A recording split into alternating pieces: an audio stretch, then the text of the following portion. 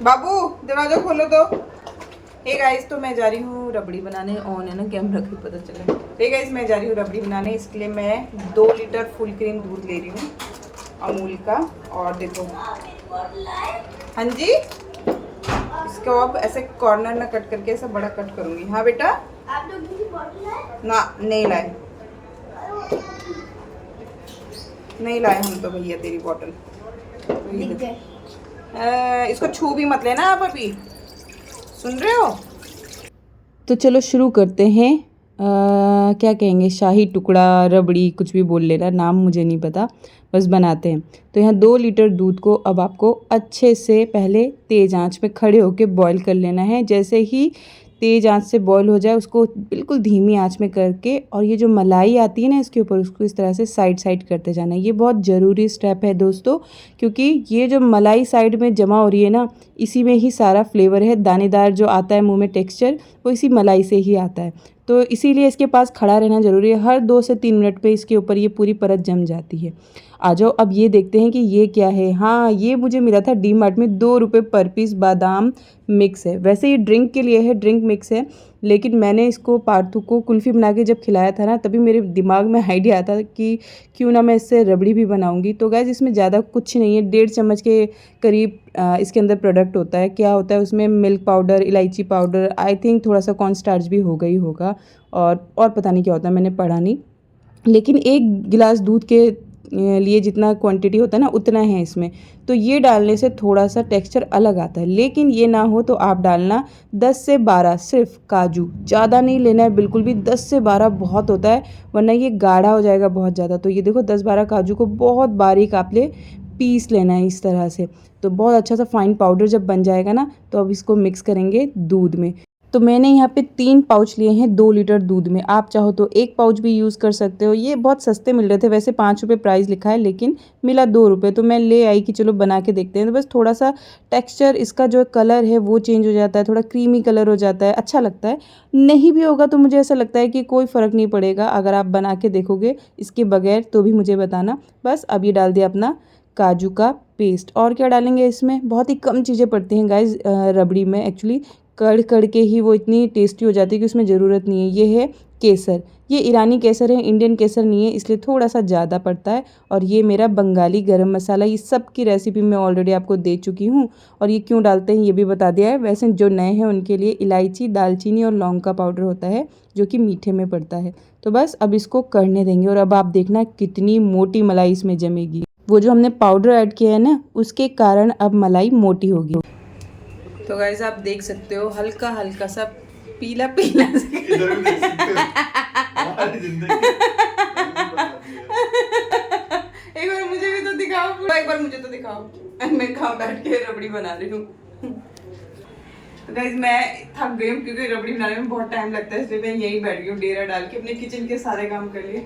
लेकिन जैसे ही मैं शूट करने लगती हूँ वैसे पीछे से नहीं हम जैसे कुछ कर तो ये ऐसे अनुपात है पीछे से, और कभी दरवाजे पे घट, कभी पानी डालेंगे ढट, कभी फ्रिज मारेंगे ढट। मैं कहता यार बोलने तो मुझे फिर कर लेना। तो अभी मैंने जैसे शुरू किया ये फिर आ गए थे। चलो लाओ अब तो मेरा कैमरा। तो ये देख सकते हो आप अब कितनी मोटी इस पर मलाई की लेयर आई है। ये मोटा इसलिए है क्योंकि इसमें अब काजू और वो बादाम मिक्स पड़ गया है। वो जो पाउडर था, बादाम तो बिल्कुल डालने की ज़रूरत नहीं है, वो उसमें लिखा हुआ बादाम मिक्स है, उसमें हार्डली एक बादाम भी नहीं होगा गाइज। तो बस ये देखो, अब इसको पकाते रहो, बस इतनी ही मेहनत है कि इसके पास रहना है। तो इसको अभी तो मैं फ्रिज में रख दूँगी गाइज़, और सुबह आपको इसकी कंसिस्टेंसी दिखाऊंगी। इसको ठंडा होने के बाद फ्रिज में रखूँगी, और सुबह जो ब्रेड वाला काम है वो हम मॉर्निंग में करेंगे, अभी करने का कोई फ़ायदा नहीं है। अब जब दूध आपका बिल्कुल थोड़ा सा रह जाए, तब आपको ऐड करना है इसमें चीनी, और आप चाहो तो पूरा डब्बा जो छोटा वाला कंडेंस मिल्क का आता है वो भी डाल सकते हो, लेकिन मैं यहाँ थोड़ी सी चीनी और थोड़ा सा कंडेंस मिल्क यूज़ कर रही हूँ। उसका रीज़न ये है कि कंडेंस मिल्क से एक बहुत ही अच्छा फ्लेवर आता है। तो बहुत कम है मेरे पास, अगर आप देखोगे तो ये बिल्कुल आधा से खाली है, आधे से भी आधा है। देखो, एक करछी जो है ना, वो उसके बराबर ही था ये इतना, इसलिए मैंने थोड़ी चीनी थोड़ा कंडेंस मिल्क डाला है। वैसे मैं मॉर्निंग में अनूप से दोबारा मंगाऊंगी, तब थोड़ा और ऐड करेंगे। तो गाइस, चीनी थोड़ी सी कम ही डालना है, क्योंकि काजू भी मीठा होता है, दूध की भी अपनी मिठास होती है। तो बस देखो, ज़्यादा मीठा भी मत करना गाइस, नहीं तो फिर ओवर हो जाता है, खाया नहीं जाएगा। थोड़ा सा हल्का सा मीठा मीठा लगेगा ना तो अच्छा लगेगा। तो बस अब ये मैं इसको बंद कर रही हूँ गाइस। आप देख सकते हो बहुत अच्छा सा टेक्सचर आ गया है, और सुबह आप इसको देखोगे ना तो ये बहुत ज़्यादा गाढ़ा हो चुका होगा।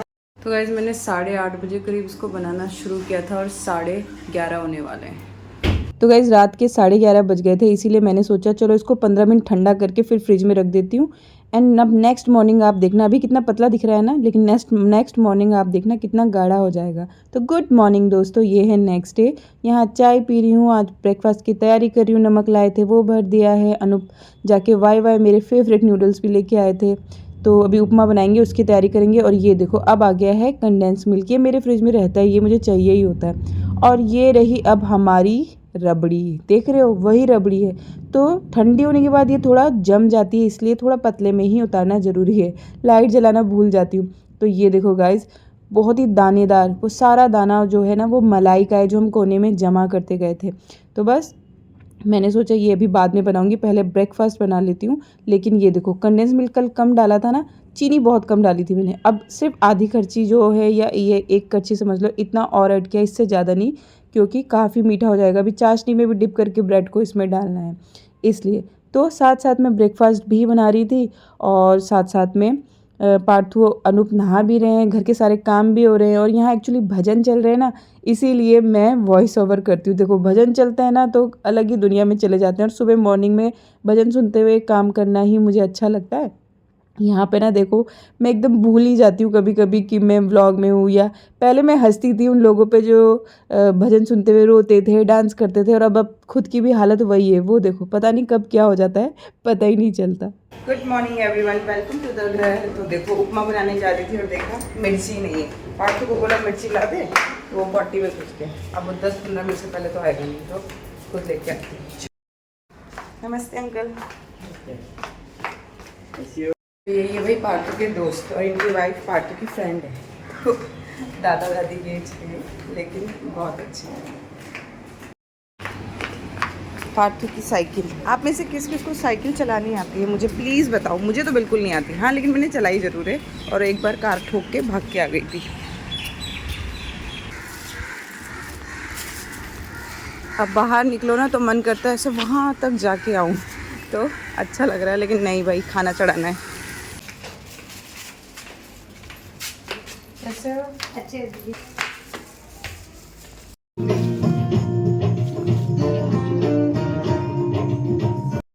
तो बस दोस्तों भाग के गई, नीचे से मिर्ची भी लेके आई और लग गई अपने काम पे दोबारा से। अभी रिसेंटली ही मुझे आज ही एक कमेंट रिसीव हुआ, जिसमें कोई मुझसे पूछ रहा है सीमा दीदी कैसे करते हो यार ये सब। एक्चुअली ये वर्किंग वुमेन है, इसने कभी घर शायद संभाला नहीं है, तो हमारे लिए तो ये रोज़ की दिनचर्या है ना। तो आदत हो जाती है बेटा, रोज़ काम करते करते कुछ भी नहीं लगता। और यहाँ देखो अदरक सूंघ सूंघ के डाल रही हूँ, क्योंकि आपने कभी ध्यान दिया कि अदरक इतना बदबू आता है, कभी कभी अंदर से सड़ जाता है, वो बाहर से देखने पे पता नहीं चलता। तो जैसे सबरी बेर खा खा के मीठे बेर देती है ना, ऐसी मैं भी चीज़ों को सूंघ सूंघ के उन्हें यूज़ करती हूँ, ताकि गलती से भी फैमिली के मुँह में कुछ ख़राब ना जाए। अब की बार वाला अदरक बिल्कुल सही निकला है। तो गाइज़ एक्चुअली जब मैं ये काम कर रही थी ना, तो मुझे बाथरूम से आवाज़ आ रही थी पार्थू और अनूप की। वो तो इन दोनों का रोज़ का ही है, क्योंकि जब भी पार्थू को अनूप नहलाते हैं ना, तो पार्थू बहुत ही रोता है, चीखता चिल्लाता है। मतलब इन दोनों की समझ लो लड़ाई ही होती है अंदर। मैं या तो जाती हूँ बीच में, तो फिर मेरी और अनूप की लड़ाई हो जाती है, या फिर पार्थू और मेरी हो जाती है, क्योंकि मैं बोलती हूँ कि चीखो चिल्लाओ नहीं। और यहाँ देखो कल मेरी उंगली कट गई, उसको दूध की थैली जो ऐसे करके काट रही थी ना मैं, तो मैंने अपना मांस भी काट दिया था। खैर ये तो किचन में होता ही रहता है। लेकिन अभी एक बड़ा काम और हो गया यहाँ पे, दिखाती हूँ आपको। कि जब पार्थू नहा रहा था ना, उसके बाद दोनों की लड़ते लड़ते आवाज़ बिल्कुल शांत हो गई। मुझे आवाज़ ही नहीं आई, मैंने बोला इतना सन्नाटा कैसे हो गया, क्योंकि वहाँ पे एक बहुत बड़ा कांड हो गया था, जो उन दोनों ने मुझे बताया ही नहीं। बहुत कुछ चुपचाप से शांति से चल रहा था। लेकिन माँ तो माँ होती है, माँ को सब पता चल जाता है। औरत चाहे कुछ भी कर ले, उसका सारा ध्यान घर के हर एक सदस्य पे, घर की हर एक चीज़ पे होता ही है। हम सिर्फ किचन में होते हैं, इसका मतलब ये नहीं है कि हमें बाकी जगह की खबर नहीं होती। मुझे कुछ तो डाउट हो रहा था गाइस कि अंदर कुछ हुआ है। इतनी शांति, इतना रोना धोना चल रहा था, इतनी चीख चीख के अभी दोनों लड़ रहे थे, अभी अचानक से ऐसा क्या हुआ कि बिल्कुल शांति हो गई। तो मैंने बोला चलो अभी ये बना लेती हूँ, उसके बाद पार्थू को कपड़े देने जाती हूँ। हालांकि कपड़े निकाल के आई थी, लेकिन फिर भी पता नहीं क्यों एक डाउट हो रहा था मन में, क्योंकि सन्नाटा बहुत हो गया था। तो बस। और अक्सर गाइस इन दोनों के झगड़ों में ना मैं बीच में फंस जाती हूँ। अगर पति की साइड लो तो बेटा बुरा मानता है, और अगर बेटे की साइड लो तो पति बुरा मानता है। देखो अब क्या हुआ। हल्दी लगाऊं? दिखा, हल्दी से ठीक भी तो हो जाता है। तो देखा आपने, इतना ज़्यादा कट गया पार्थू का बाथरूम के दरवाजे से। डरो मत, लोहे का नहीं था, एल्यूमिनियम का था। और ये देखो इतना लंबा कट लगाना पार्थू को, और देखो इसने चूत तक नहीं करी। थोड़ी देर मेरा दिल ऐसा अजीब सा हो गया, लेकिन जब हम बहुत सारी चीज़ें सीख जाते हैं तो हमें ये भी पता चल जाता है it's a part of life. खुद भी कमज़ोर नहीं बनना है और बच्चे को भी नहीं बनाना है। टच वुड, मेरा पार्थ बिल्कुल भी कमज़ोर नहीं है। भगवान की बहुत बहुत दया है कि देखो इतनी चोट लगी, उसने मुझे बताया भी नहीं, ना अनूप ने बताया। उन दोनों को पता था कि मैं घबरा जाऊंगी, लेकिन मैं इतना भी नहीं घबराती। मुझे पता है मेरा बच्चा शेर है, ठीक हो जाएगा। तो बस अभी मैं ये बना लेती हूँ। फिर उसके बाद ना मैं उसको देख रही थी, ऊपर से पजामा पहन के आ गया है, तो मुझे कुछ हो रहा था। मैंने कहा चलो थोड़ा सा इसका पजामा फोल्ड कर देती हूँ, जहाँ चोट लगी है ना वहाँ पे कुछ ना हो जाए। बस मैं यही सोच रही थी कि कल स्कूल जाना है यार, अब सॉक्स कैसे पहनेगा, शूज़ कैसे पहनेगा, उसको चिड़चिड़ाहट होगी, दर्द होगी। बट बाय गॉड इसने बोला भी नहीं कि मम्मी मुझे कट गया है। वो तो मैं गई ना जब, तब मैंने ऐसा देखा, और बस मन तो खैर ख़राब होता ही है, लेकिन पार्थू अपनी दिनचर्या पूरी करेगा। देखो कुछ भी नहीं, ना वो रोया ना उसने कुछ कहा। एक तो बेचारे का पहले हाथ जला हुआ था, ऊपर से अब पैर पे भी कट लग गया गाइज। तो एनीवे ये सब बचपन में होते ही हैं, हमारे भी शरीर में बहुत सारे निशान हैं, सब ठीक हो जाता है। छोटी छोटी चीज़ों से लड़ेंगे तभी तो जाके बड़े बनेंगे, तभी तो सीखेंगे। उसको सिखा दिया है कि जब जले तो थोड़ा कोलगेट लगा लेना, जब कटे तो थोड़ा हल्दी लगा देना। यही हमने भी अपने पेरेंट्स से सीखा है, और यही हम अपने बच्चों को भी सिखाएंगे। क्यों दोस्तों? तो घरेलू उपाय सबसे बेस्ट होता है।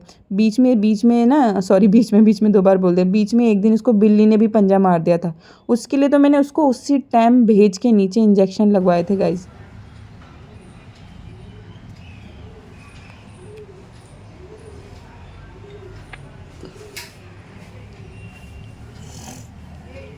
Such a powerful boy you are, Parthu. Such a powerful boy। सच में दर्द नहीं हो रहा? नहीं, झूठ जब मत। लगी थी तब भी दर्द नहीं हुआ। आपकी जगह मैं होती ना, मैं बहुत रोती, सच्ची बता रही हूँ। जो आपका जला था ना, अगर ऐसा मेरा जला होता ना, मैं तो 4 दिन खाना ही नहीं पकाती, मैं तो बैठ जाती। मैं क्यों, मैं तो जली भी हूँ ऐसे बोल के। इतनी पावर कहाँ से आती है आप में? कैसे हो आप इतने पावर? स्ट्रांग होगी, स्किन स्ट्रांग होगी। बोन्स और स्किन स्ट्रांग होने से ऐसा होता है क्या? मुझे लगता है कि मन स्ट्रांग होता है तब ऐसा होता है, आपका माइंड स्ट्रांग होता है तब ऐसा होता है। क्योंकि माइंड का भी खेल थोड़ा सा लगा ही लेता हूँ। कैसे, क्या करते हो जब आपको चोट लगती है, इंजेक्शन लगती है, तब आप रोते ही नहीं हो? क्या सोचते हो उस वक्त? उस वक्त सोचता हूँ, मतलब मैं गोकू देखता हूँ ना, हाँ, उसके बारे में सोचते रहता हूँ। गोकू अब मैंने सोचा गजानन जी के बारे में सोचेगा, अगर गोकू इस फॉर्म में चल जाएगा तो वो हनुमान जी के बारे में सोचेगा, तो गोकू जी के बारे में सोच रहे हैं। गोकू भगवान की जय। गोकू में भगवान है, गोकुल धाम, पता ना, गोकू धाम हटा दो, गोकू आएगा। अच्छा, गोकुल धाम इनडायरेक्टली मतलब कृष्णा जी। ओके। मामा आपको पता है गोकू का मतलब क्या होता है? नहीं भैया। गो मतलब 5, हाँ। कू मतलब 9। गोकू 9, 5 9। हाँ। अरे भैया ये मुझे उसकी हाइट 5 9 है। अरे भैया हमें माफ़ करो, हमें नहीं पता ये सब। अरे भैया हमें नहीं पता। चलो उठो, नाश्ता डालो। भगवान, पार्थू कह रहा गाइस आप मम्मा बॉय लग रहे हो, मुझे नहीं लगना बॉय, मैं तो गर्ल सही हूँ। चलो उठ, नाश्ता करने आ। अभी सही लग रहा है? सही लग रहा है? तो चलो दोस्तों, नहा धो के मैं आ गई हूँ। रबड़ी का कार्यक्रम पूरा करते हैं। यहाँ पे 7 पीस ऑफ ब्रेड है मेरे पास, वाइट ब्रेड, ब्राउन ब्रेड नहीं, वाइट ब्रेड चाहिए होगी इसके लिए। आप इसको चाहे चौरस काटो, चौरस तो ऑलरेडी होती है चाहे से। तो यहाँ थोड़ा देसी घी ले लिया है, लगभग आधा कटोरी देसी घी, और यहाँ थोड़ी सी चाशनी बनाने के लिए रखी है। अब चाशनी इसमें बहुत गाढ़ी नहीं चाहिए, एक तार की चाशनी भी नहीं चाहिए, बस चीनी मेल्ट हो जाए। कितनी चीनी ली है मैंने लगभग ली है आधा कटोरी चीनी में 1.5 कटोरी पानी, मतलब पतला ही बनाना है। और यहाँ पे आपको ब्रेड को अब बिल्कुल धीमी आंच में गाइस, बिल्कुल धीमी आंच में फ्राई करना है। तेल जब हल्का सा गर्म हो जाए ना तब डालना, और इसको जब ये नीचे की साइड से सिक जाए तब इसको पलटना, क्योंकि ज़रा सी भी तेज़ आंच करी तो इतनी गंदी तरह बर्न होगा। मेरा बिल्कुल लास्ट वाला एक बर्न हुआ था, बाकी सब अच्छे से निकल गए थे। तो ये देखो चीनी बस अब ये 2-3 मिनट उबल जाएगा ना, जैसे ऐसे ही उबाल आ जाए तो बस बंद कर देना है। तो यहाँ पे ये जैसे ही हल्के हल्के ब्राउन हो आपको इसको अलट पलट करते रहना है, और ज़्यादा ऐसा तला वाला हो ना उसी में फ्राई करना। तो मैं इसको भी निकाल के यहीं रख रही हूँ चॉपर इसमें, बाद में इसको क्योंकि चाशनी में डिप करके मैं प्लेटिंग ही करने वाली हूँ। तो इस तरह से देखो मैंने यहाँ पे एक एक करके अपने ब्रेड पूरे सेक लिए हैं ब्राउन बहुत अच्छे से, और अब हम इसकी प्लेटिंग करेंगे गाइस। तो करें। बस मैं आपसे कहूँगी कि बहुत ज़्यादा ड्राई फ्रूट्स इसमें ऐड मत करना, क्योंकि रबड़ी का अपना ही फ्लेवर होता है। तो एक्चुअली ये दिशा भाभी का बर्तन मेरे पास था, तो स्पेशल फिर मैंने उन्हीं के लिए मीठा बनाया कि वहाँ उनके घर में कुछ अच्छा बना के देते हैं। इस तरह से डिप करना है, और एक एक ब्रेड को डिप करके, मेरी पहली ब्रेड है ना डाल के 2 टुकड़े हो गई थी, फिर मैंने उसको अलग निकाल दिया। और इस तरह से मैंने 4 पीस ऑफ ब्रेड इसमें डाले, और ऊपर से दोबारा से रबड़ी डाली। फिर मेरा दिमाग कहने लगा काश गुलाब की पत्तियाँ भी होती, कितना अच्छा लगता। तो गुलाब की पत्ती तो नहीं थी मेरे पास, वो जो ड्राई रोज़ लीफ होती है ना वो नहीं था। मैंने क्या किया, मेरे पास रोज़ तो बहुत सारे पड़े थे, उन्हें निकाला, पेटल्स को धोया, और फिर मैंने माइक्रोवेव में गर्म करके पेटल्स भी बनाई। लेकिन उससे पहले भगवान जी को भोग, क्योंकि घर में जो भी अच्छा बने सबसे पहले प्रभु को दो। और ये देखो इनको धो के मैंने टिश्यू पेपर से पोंछ के, और फिर मैंने माइक्रोवेव में डाला। कई बार माइक्रोवेव में निकालने के बाद 10-10 सेकंड के लिए डालती गई, उसके बाद ही कहीं फाइनल जाके ये रिज़ल्ट आया है। लेकिन मैं कहूँगी मत करना, कतई खुशबू नहीं आ रही थी। तो 2 काजू और 4 बादाम, सिर्फ इतना ही, ज़्यादा नहीं, गार्निशिंग के लिए। हाँ पिस्ता होता ना तो बहुत सुंदर लगता, क्योंकि देखो क्रीमी कलर में ग्रीन कलर बहुत अच्छा लगता है, बट इस बार मेरे पास था नहीं। तो बस इतने से ही मैंने यानी 4 बादाम और 2 काजू को इस तरह से बारीक कट करा, और ऊपर से इसमें लगा दिया गार्निशिंग के लिए। नहीं भी डालोगे तो कतई फ़र्क नहीं पड़ेगा, लेकिन हाँ बस देखने में अच्छा लगता है, क्योंकि वो ऑलरेडी बहुत ही हैवी होता है गाइस। और ये लो रोज़ पेटल जो बनाए थे वो भी मैंने डाल दिए हैं, और ये थोड़ा सा केसर।